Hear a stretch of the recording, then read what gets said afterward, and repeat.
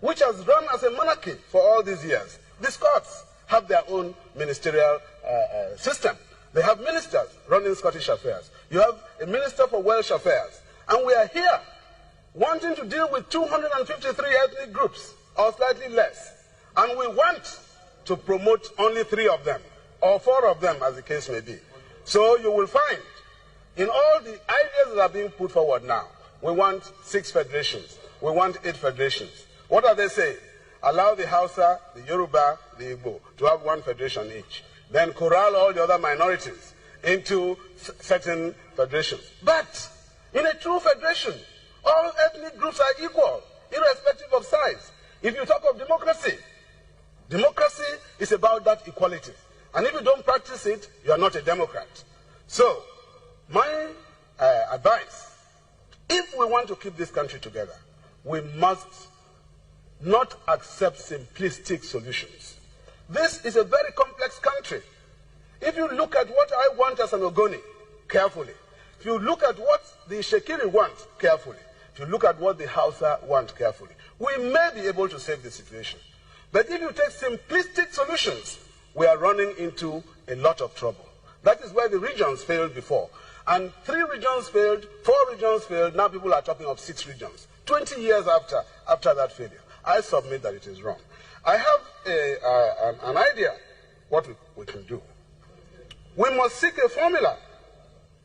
Besides, the United Nations itself has been working very seriously over the last 15 years on the question of minorities and of indigenous peoples. There are indigenous peoples in Nigeria. Yesterday I was sitting near a young man. He's a Kanuri, but he's settled in Lafia. I have a very fine friend from Lafia, Alaji Maidunuma. Very, very fine man. But he's a Kanuri. But he's Turaki of Lafia. Lafia belongs to the Ninzam people. What are the Ninzam people supposed to do? Are they supposed to like it?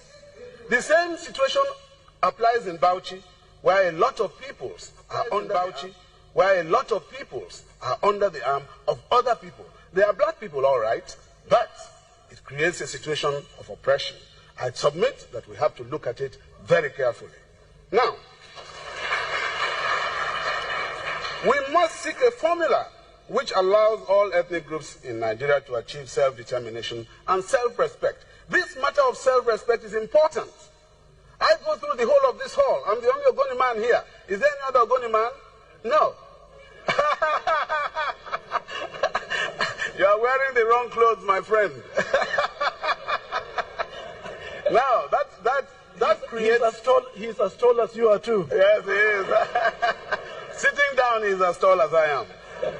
Now, basically, a country of this nature creates tremendous problems for some people who never hear their language on radio, on television, and when they go into offices, they don't see anybody who can relate to them. And government today is a question of information. If you have information, you can do well. Business is a matter of information.